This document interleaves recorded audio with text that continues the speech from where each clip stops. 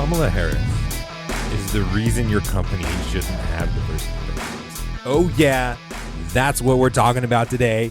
Trying to get canceled for being a racist and a sexist. This is How to Build a Tent. My name is Matt Williams. Thank you for listening to the show, for supporting the network, the FLFnetwork.com. Put an HTBT in a memo field. You'll get a sweet mug. You'll get tons of other great benefits. Thank you for everyone who's been sharing the show, commenting, liking it. You guys are the reason this thing is growing. This thing is taking off. And, you know, Gabe got arrested. That helped too. But you guys have kept the momentum going. For those of you new to the show, welcome. Thank you. For all of those who have been long-time loyal listeners, I really just appreciate you guys. You guys are the best. It's such a great relationship to have where I can talk with you guys and share what I'm thinking about. And then you guys can email me, matt@howtobuildatent.com, or you find me on the social media sites, How to Build a Tent. You can tag the show while you're commenting and asking questions to help share. That's all good stuff. I really appreciate it, but definitely become a member. FLFnetwork.com. Put an HTBT in the memo field. I don't know why I went high there. I should just stay low. In the memo field. Anyways, man, I was just watching Kamala Harris the other day, and actually today I was watching her 60 Minutes interview, and she just laughing. The questions that she's really nervous about and doesn't really have an answer for, it's always a kind of thing. And it's awful. It's just absolutely awful. There is a reason she came in last place in the Democrat primary. There is a reason for that. But why did Joe Biden pick her as the VP? Why would you pick the last place person in the race to be your VP? The most left wing, the most radical person. Now, no doubt the left wing and radical person is a bonus in the Democrat Party, but why would you pick her? If you remember way back, which feels like an eternity ago, when Joe Biden did win or was the presumptive nominee, you know, like when they get enough of the votes and everyone else is kind of so far back before it's official at the convention. Oh, yeah. Which reminds me, that online convention is the reason why you need consulting and help for people for when you do your online events, because if you just do it like the Democrats did, oh my gosh, it was cringy. It was super cringe. It was cringe city, if you will. It was absolutely atrocious. But before or after that, before the actual atrocious nomination of Joe Biden, he started leaking or maybe accidentally saying, maybe he did it on purpose. Who knows nowadays? But he said, it's going to be a woman. It's going to be a woman. And then further questioned, he said, and it's going to be a woman of color. It's going to be a woman, and it's going to be a woman of color.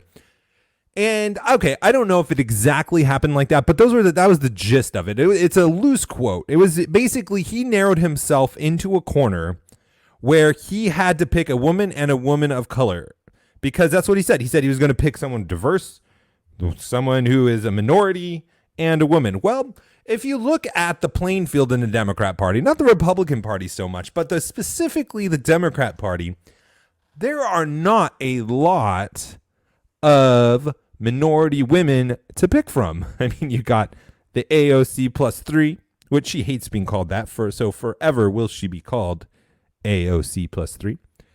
And the crew, of course, is that +3 part. There's Kamala, of course. I don't know who else there is. But because he did this, he was forced to pick the worst candidate in the whole race. He picked the person that had to drop out first. And remember, she is the worst. She has the worst voting record. She isn't consistent with leftist ideals for the far left. She held people past their prison time for labor, literally instituting slavery to get cheap labor, keeping people past their sentencing. This is what she does. And when you ask her any hard question whatsoever, it's that really terrible laugh. It's the worst. And you hear her talk about, and like even at 60 Minutes, the hack interviewer of 60 Minutes pushes her on things, and she just does that annoying laugh which I don't want to do again because I might lose my voice for the rest of the show. And she gives an answer that's totally and completely wrong. She doesn't have, she's definitely not at the level of other potential VP picks for Joe Biden.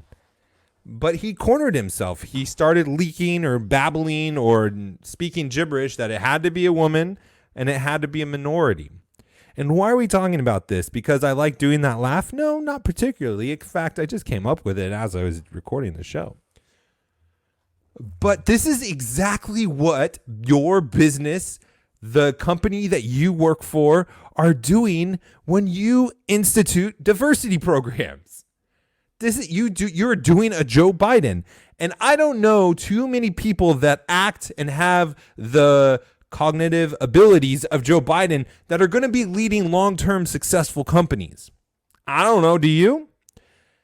And for some reason, because of I'm sure a group full of reasons. One, they're leftists themselves running these companies. Two, they're scared of the left. And three, I don't know what the third would be. Maybe they get subsidies or something like that. Or they get awards and they get recognition for being diverse. But when you as a company say, I'm going to start hiring diverse skin colors, because that's what it is, right? We're not talking about diversity of thought. They're not looking to make sure there's not enough Christians in the workplace. And, oh my goodness, the percentage of Christians that are reflected in this business is not reflective of the community that I live. We better go hire some more Christians. Nope, not doing that. They're not even saying, oh my goodness, we don't have enough people from Mexico, so we should bring those cultures into our company and get more people that are from other countries or other cultures. No, they're not doing that either. They're specifically looking at something that has no significant value in diversity, and that is skin color. Skin color is not a diversity. It is not an element for diversity. It's skin color.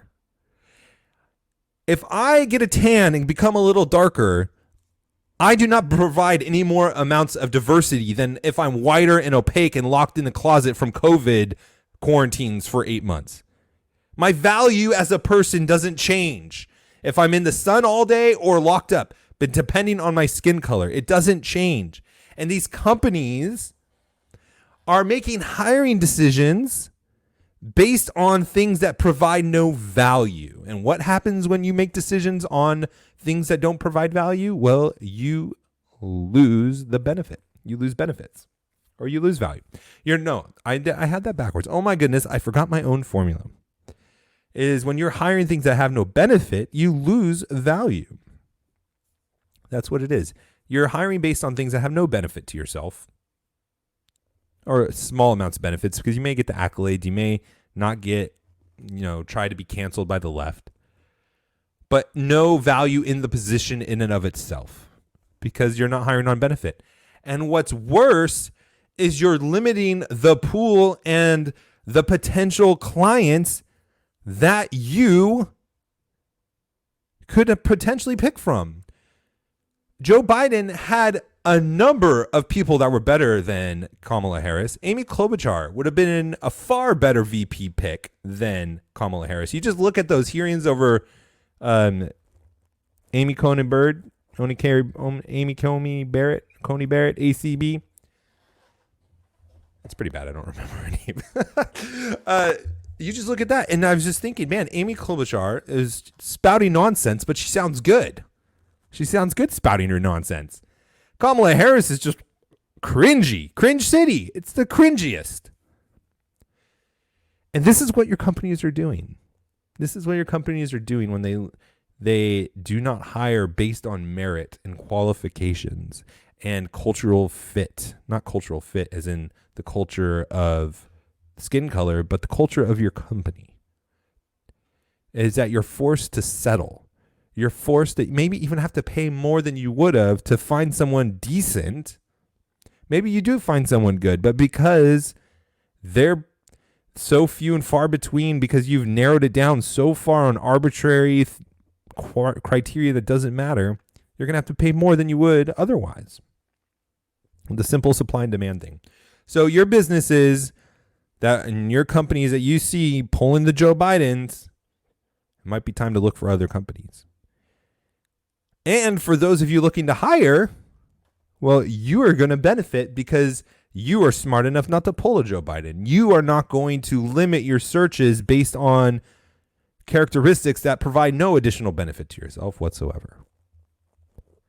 So don't pull a Joe Biden. Let Kamala Harris be an example and a reminder to you. Whenever you hear the diversity programs, the inclusion, the women in leadership, the coloreds in leadership, the minorities in leadership, whatever they name them, it changes day to day. Whenever you hear those things, it would be wise of you not to participate. It would be wise for you to not hire based on that. Because you're limiting yourself. You're shooting yourself in the foot. You're tying your hand behind your back. And in a competitive environment, in the competitive world we live in, you're not going to get ahead that way. You're not going to have long-term success. Kamala Harris, let it be your warning. We'll talk to you tomorrow. God bless.